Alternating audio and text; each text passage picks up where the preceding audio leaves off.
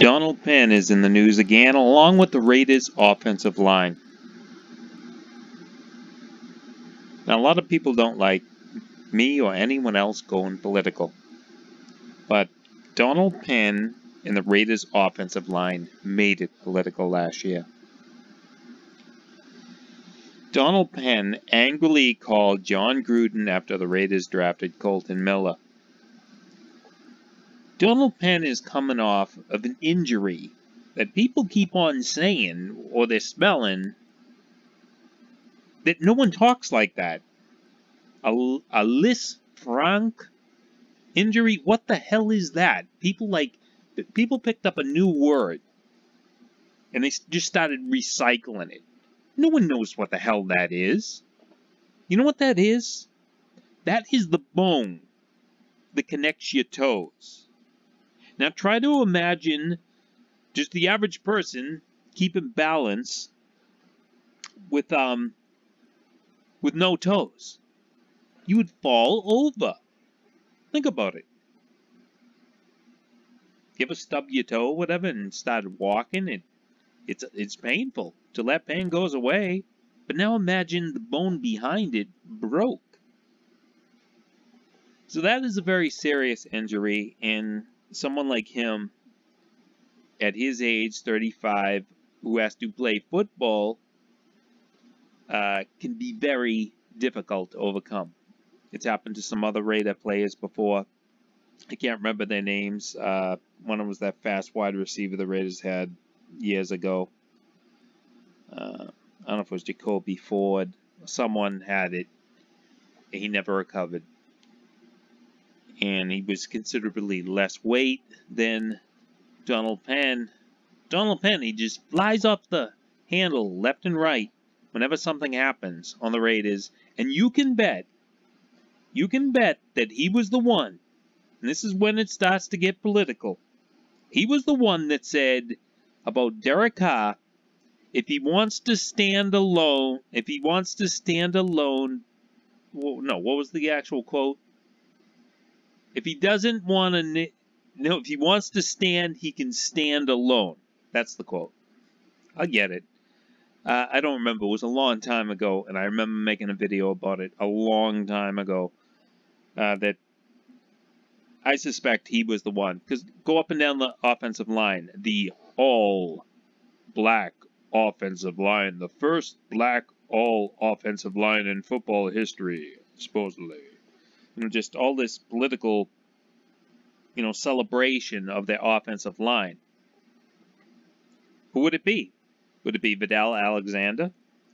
Would it be Feliciano?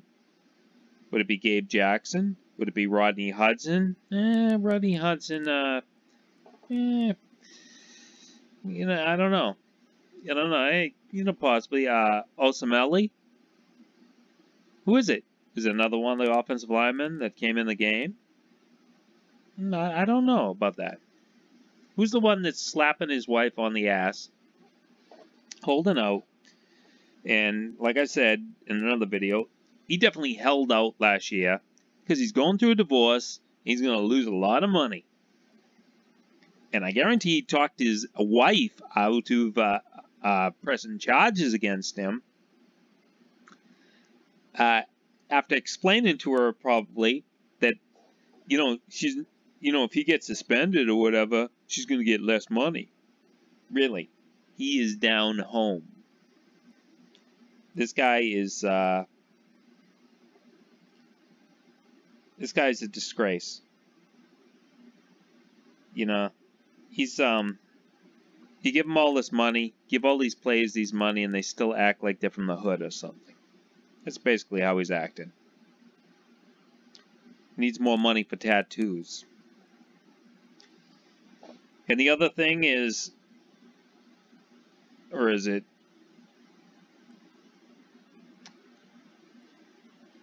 Raiders players, offensive linemen, five of them showed up overweight. And they said in this article that Donald Penn wasn't one of them. Okay, who are the other ones? That's a lot of offensive linemen that are showing up overweight. Donald Penn is rehabbing, so he's probably with a trainer.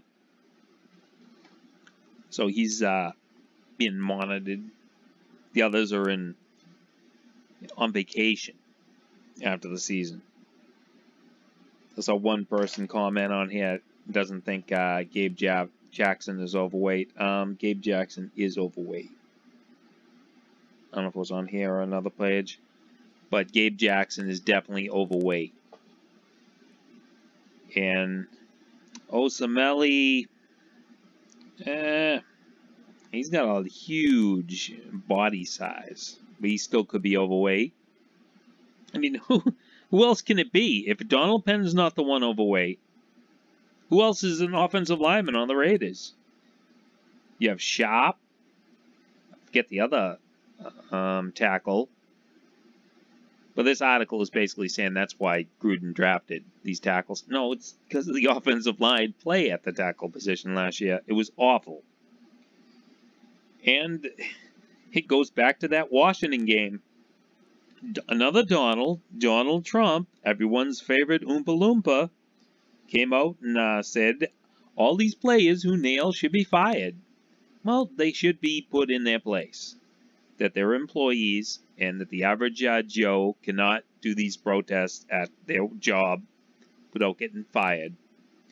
They should also keep in mind that the NFL can work together and ostracize players and just blackball them. Like some speculate Colin Kaepernick, but Colin Kaepernick was kind of sucking it up before he started pulling all this nailing stuff.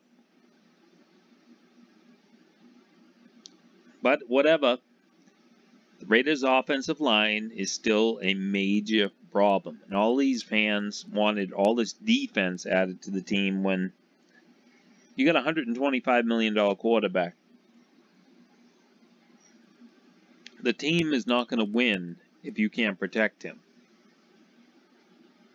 All indications that Colton Miller is doing very well. The Raiders are going to run the ball more this year. They've brought in a lot of blocking tight ends, including Lee Smith, who was injured last year. Carrier. And some others. And they're definitely going to block more. There's definitely going to be situations, and this is where Raider fans should get excited, situations where Amari Cooper is going to be the game plan on a certain play. He and it could be Jordy Nelson, more than likely, or Bryant opposite him on a certain play, are going to be the only receivers going out. It's going to be max protection. And how does this benefit the Raiders and Amari Cooper? Well, Amari Cooper, his skill set is route running. You have to allow him to run his route. You have to allow him to do his moves, his double moves, his triple moves, or whatever move you want to do. Get up to speed and get upfield, and no more of this undercut with Derek Carr. Guarantee Gruden's going to emphasize that. No more of this, like, ball jumping. Sometimes you do that, but you want him flying down the field wide open. We've seen it a couple times, handful of times, and like, wow, why can this happen all the time? Guarantee they're game planning for that. Be a lot of running. I hope Gruden, I know he listens to some things. He does go on YouTube.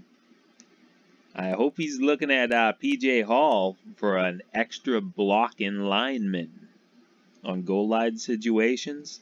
That guy can squat 750 pounds. He would be a great improvement to the offensive line. You have him on the field with Smith and, of course, Lynch. You have Lynch be patient. Let them clear out the lane. That is why they drafted Colton Miller and also Parker. Because they definitely want to improve the whole offensive line structure that just fell apart because of this politics. And really, politics needs to be addressed. It needs to be stamped out. Because this perception out there, it's been going on for years. Because the news media just loves to take one little story and blow it up. And they never criticize the so-called victim. There are times when a black man is shot by a cop for no particular reason. Remember the guy down in Florida? He's with a retarded man that is his patient, if you will, and he's got a toy, and the black man has his hands up, and he's telling him it's a toy. This is I'm a therapist or something like that. I'm an aid worker, and he's only got a toy. He's got his arms up, and they shoot him in his leg. Okay, that guy was a victim. Okay, take another situation, because I don't remember these guys' names. Any names, and I can bring up other races, too. Guy stabs, black male stabs another black male inside his car. 911 is called. Police surround this black male who has a knife. He refuses to drop the knife. He just stabbed someone. The police work for the insurance company. They take down reports and they minimize liability. He is a threat to society. So what does he do? He acts like you're ruining my day. You're ruining my day. And they shoot him because he refuses to release the knife. I mean, and after that, the victim in this situation, the other black male, gets death threats. Death threats. Yes, that is some of the people they support. The facts are overwhelming. More white people get shot by cops than blacks. And don't give me crap about how many people are percentage-wise are committing crimes and the blacks are a higher percentage, blah, blah, blah. They shoot white people all the time. So many white people are homeless, and they shoot them left and right. They harass them.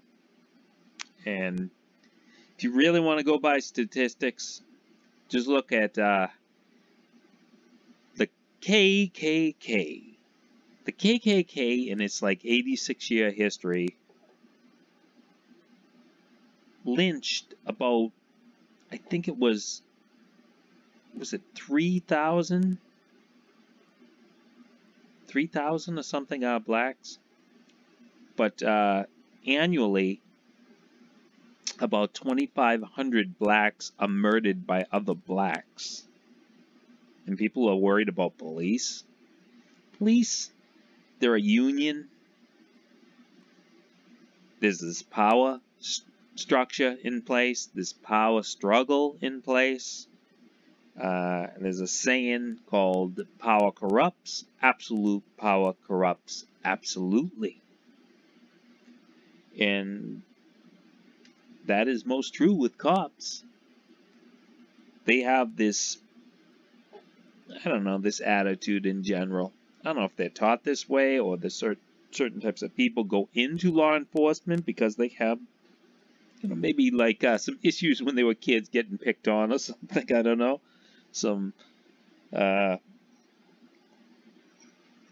Something deeply seated there, something for Freud. But you have to understand that. And they also have the authority to take out their gun and shoot you. They have the authority to arrest you for no reason. So don't make it a reason. I mean, how many of these people are they supporting were criminals? We can go back to Rodney King. Rodney King was a career criminal. Yes, he got beat like a dog, but he still was a career criminal and he was up to no good. And you're just asking for it when you start to escalate things with cops. There's many other ones out there. I remember one of them, he was in the middle of the road, it's dark, police are pointing the guns at him, telling him to get on the ground, and he's just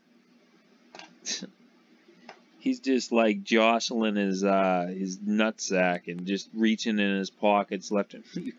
You can't act that way when people are pointing guns at you. You do, because it looks like you're grabbing for something. They're just gonna shoot you. It's as simple as that. It's nothing racial about it. If a white person acted the same way, they would get shot. And many of them do. So, you really gotta look at this in a different way. Football is an entertainment, and the people who watch it are not looking for politics. They're not looking for me talking about politics right now. They're not looking for football players to talk about politics. They want to be entertained. The average football fan is a blue-collar worker who has to put up with all that stress all week long. They are black, they're white, they're Hispanic, they're all races. And football is a diversion for them. They don't want to be distracted. They don't want to go back to politics. Whatever they hear before going to work, in the morning, where they turn on the news and it's all politics, and they go to work and you're going to see more politics at work. The insurance agents are going to come there and talk you into sign up for some new insurance thing. That's all politics. It's all part of the political system, and they're going to remind you every day about, workers' rights and harassment, and, you can't say anything to a female anymore, and just the stress and the struggle, and it's just the struggle is trying to make a living, and weekend comes and Sunday is the day before they have to go back to that hell. Last thing they want is politics. And if it's a primetime game, what was that? The Washington game, was that Sunday night football game or Monday night football game? I want to say it was a Monday night football game, and it was in the country's capital, and they decide to do this little protest. And who knows what happened to Derek Carr in that game? He got sacked 4 times. His back could already been broken then, and just completely broke in the next game. So this is a bunch of BS. I don't know how John Gruden's going to deal with this, but it's already indicated he's drafted 2 high offensive linemen in the most recent draft, and he's not satisfied. And that's a good thing. That's a good thing. You don't want, capitulation. These guys need to get in shape. You can't have them missing games and getting injured, because what happens when men start to go overweight severely, you get knee problems and ankle problems, all sorts of structural problems, and once one side starts to get structurally weak, you compensate for the other side, and it creates residual effects, residual injuries. This is how it happens. And also, Tom Cable likes to run zone blocking, which requires more athletic offensive linemen. There was even speculation and talk that Gabe Jackson was being peddled. Now, someone might get injured. Gabe Jackson might be bye-bye. Don't discount it. If they think that some of these offensive linemen are not going to be able to cut it. Osamelli, he's got problems with kidney stones. He ought to look into this. I was watching a video the other day, and it was about beer. And it was about Let's see if I can remember the bear.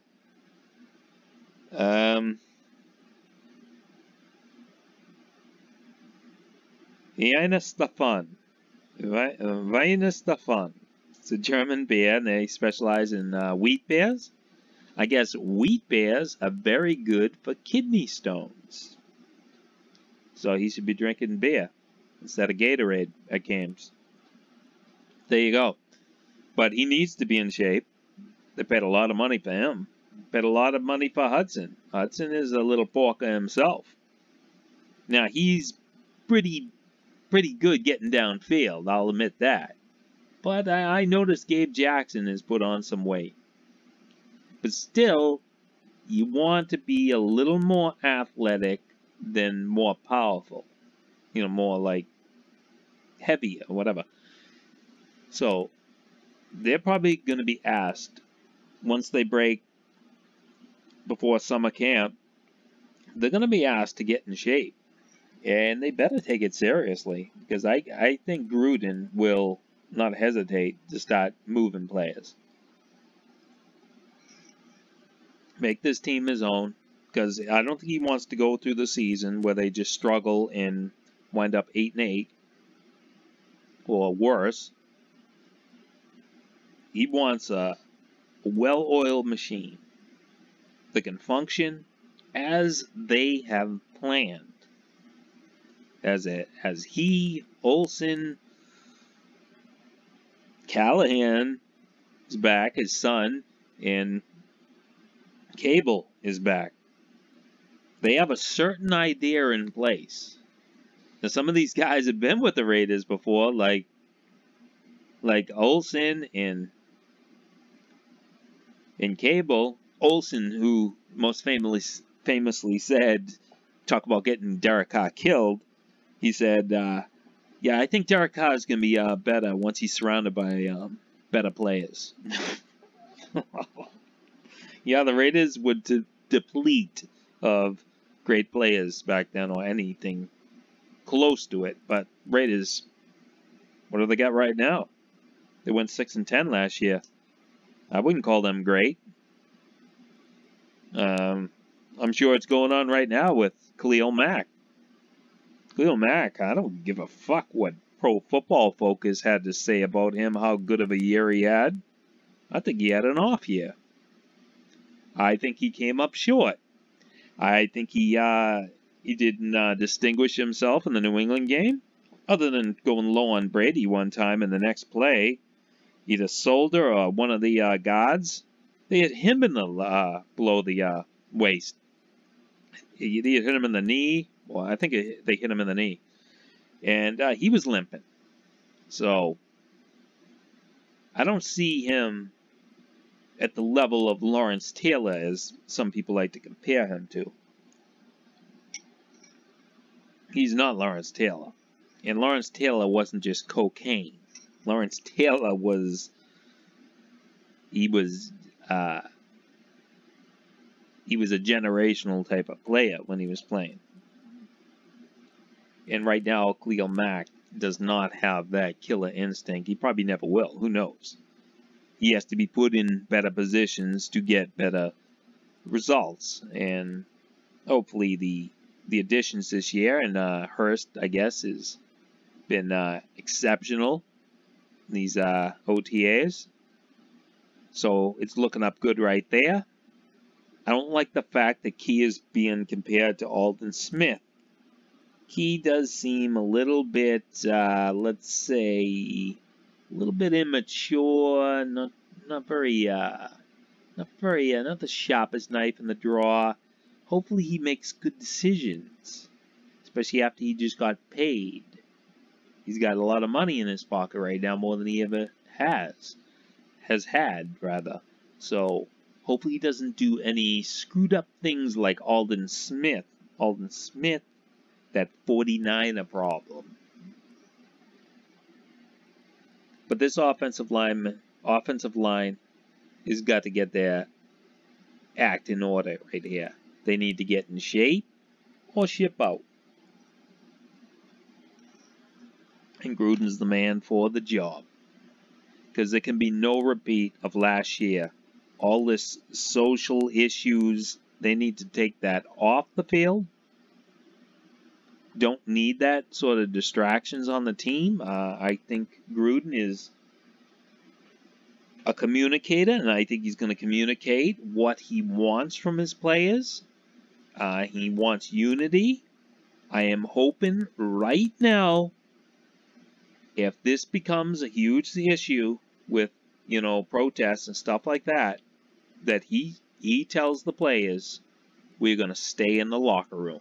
I think staying in the locker room is the best solution. None of this, distraction. None of this protest with the cameraman is just looking for Lynch, looking for someone, even though Lynch, he always sat down because he used to be kept in the locker room. Keep them in the locker room. Keep them together. Don't let Derek Carr stand alone. And really, that is the message. Because the whole team is going to fall apart without him. And all indications of the Raiders are coming together as a team and coming together with better leadership. And Derek Carr, as much as anyone, needs a kick in the butt. And he's got Jordy Nelson right there. And his brother, David Carr, said last year he walked into that Raider receiver room and he said it was a joke. He said it was, he had no leadership whatsoever. It was disorganized, and now Jordy Nelson has joined the team, and that is going to be very good for the team. And it's already been said that he is another wide receiver coach on the team, an extension of the coaching staff. So they get that to look forward to, and they cannot let Derek Carr do what he did last year and stop caring. Because the year before, he was entering into the echelon and realm of comeback players, comeback quarterbacks like Manning, like Raider fans definitely remember Elway. And these players who just never gave up to the very end. Last year was just giving up. That was the theme of last year. Let's just give up the season. I think that theme has changed, and that there's not one person on this team that has job security. You can look at the contract structures. Gruden has carte blanche. I don't care what anyone says. If Derek Carr starts doing what he did last year, he will be on the bench. He will be replaced. And that goes for every offensive lineman on the Raiders. They need to stand with Derek Carr and stand with the team and stop being non-Raiders. The Raiders were always about team. That's why they don't retire numbers. They don't retire numbers at all because it's all about the team, not about individuals, not about distractions. You have to be able to perform. You cannot enter a game half-assing it, because that's what they did last year, and it was all downhill after the Washington game. Cannot have that.